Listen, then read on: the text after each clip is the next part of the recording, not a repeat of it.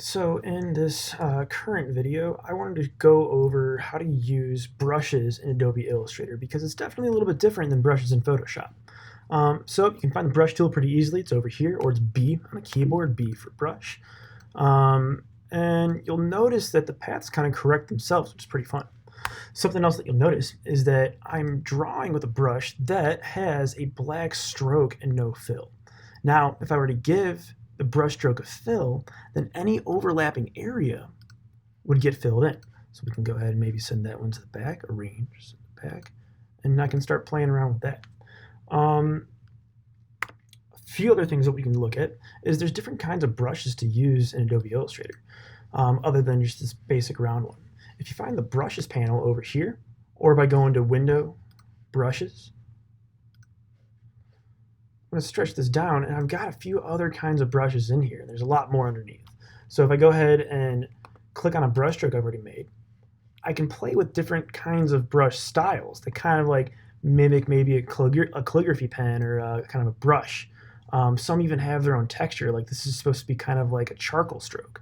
And that can give me some really cool texture and effects. There's some that are even kind of like borders. That one looks like a highway. And there's plenty more underneath the surface here.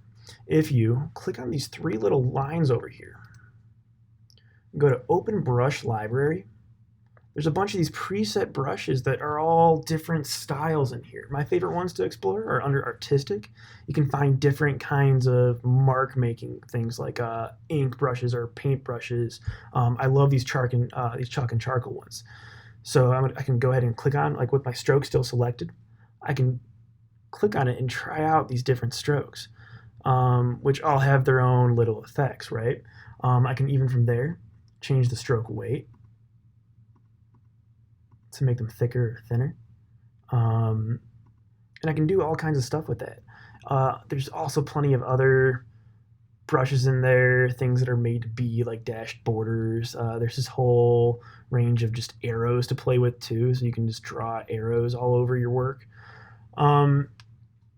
But one thing that I've had a lot of students kind of notice is that, let's just say I'm using a basic brush.